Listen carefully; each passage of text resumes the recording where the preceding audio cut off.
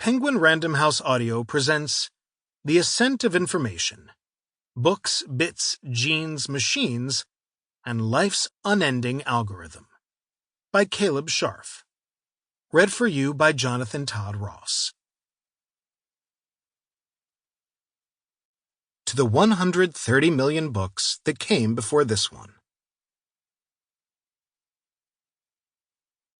1. Our eternal data. Nature produces those things which, being continually moved by a certain principle contained in themselves, arrive at a certain end. Aristotle, Physics, Book 2, 350 BC. In this instant, a precious 1-second span out of the 4.5 billion years Earth has existed as a bejeweled sphere of complexity and dynamism, I am gripped by one puzzle only. Can those really be tears glistening in the eyes of the museum guide standing in front of me? Perhaps the guide, too, is momentarily caught up in thoughts of the rich tapestry of existence, brought to an emotional precipice. Or, since this seems improbable, maybe some part of her anatomy is being chafed as she resolutely delivers what must be an extremely well-worn line. And this is where the young William would have slept. Before I can adjust my gaze to follow, I'm diverted by the sound of hysterical giggling coming through the open window from the street, where a dozen tourist groups cluster. Unfazed, our dedicated mentor on all matters of the youthful Shakespeare presses on to deliver a final heart-stopping temptation. You can read more about everyday life in this house on the informational placards. Sure enough, pieces of laminated text are dispersed across the room, strategically located where you might try imagining a domestic scene from 4 centuries earlier. Laser printed, I think to myself. Nice fonts. Here in Stratford-upon-Avon in the UK, the theme is all Shakespeare all the time. I've dutifully parked our car outside the city centre and forced my family to trundle inward on the park and ride bus, past all the usual trappings of 21st century life in the West. There's a hairdresser's, there's a pub, there's a hotel, an Indian restaurant, a chain sandwich shop.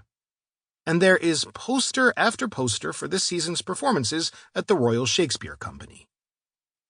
Having descended through these layers of contemporary civilization, we are now well and truly prisoners for the day.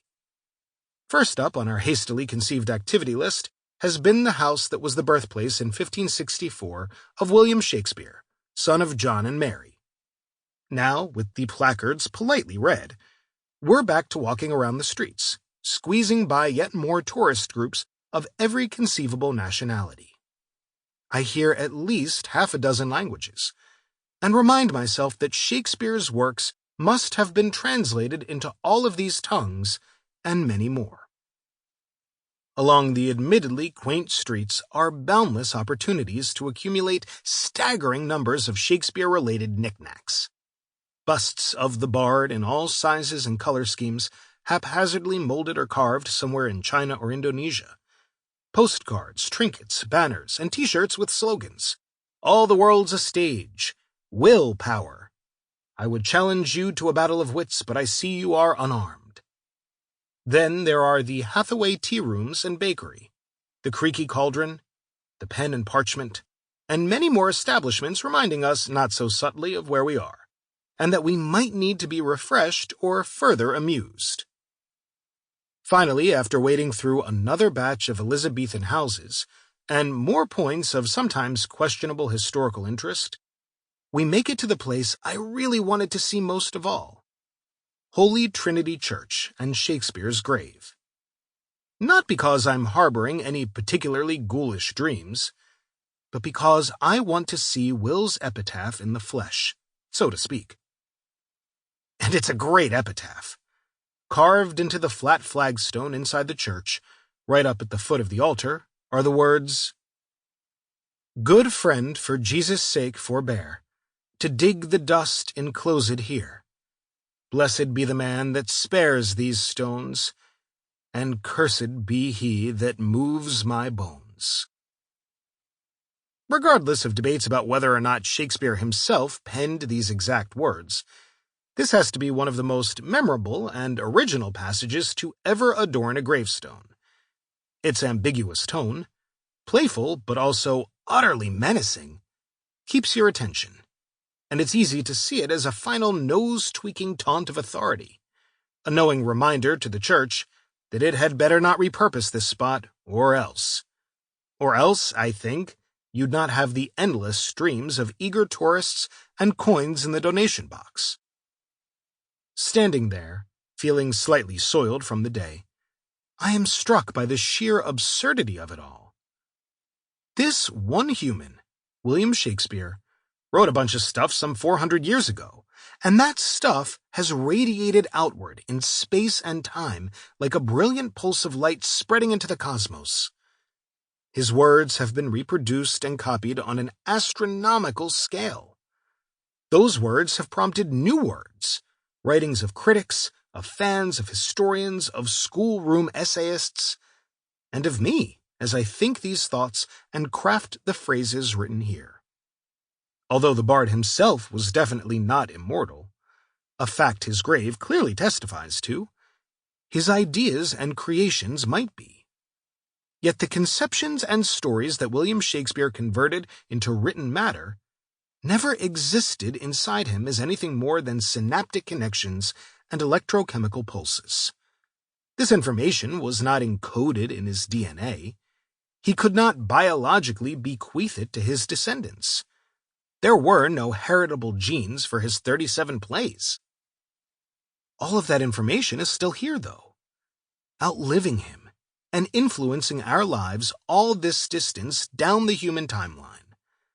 As I flex my tired feet, I am acutely aware that on this ordinary day in the 21st century, my actions can be directly attributed to Shakespeare's informational remains, his data from hundreds of years ago. Shakespeare didn't reach across the ages to me personally. The data he created, his plays and sonnets and his epitaph, is what's affecting me and my family, and the 2 to 3 million people visiting Stratford each year, as well as billions of humans now and in generations past. And it's no longer just his first crop of data that's influencing the world. His original works are well preserved, but now there is a vast ocean of descendant material. All those scholarly analyses and all those Hollywood reimaginings packaged so as to obscure their Shakespearean sources, from The Lion King, Hamlet, to 10 Things I Hate About You, The Taming of the Shrew. And again, his turns of phrase are repeated and redeployed. We still talk about shuffling off this mortal coil, being pure as the driven snow, and breaking the ice, all with a heart of gold. Some aspects of this phenomenon are captured by the famous, or possibly infamous, concept of memes, a label invented by the ethologist and evolutionary biologist Richard Dawkins in his hugely influential 1976 book, The Selfish Gene. Although the basic idea had been around before in different guises, Dawkins's neologism meme was, without any irony, the term that propagated itself in the popular consciousness. A meme is a unit of cultural transmission, or of imitation and replication. As originally envisioned, it is a dynamic replicator, constantly being propagated by and stored in living minds.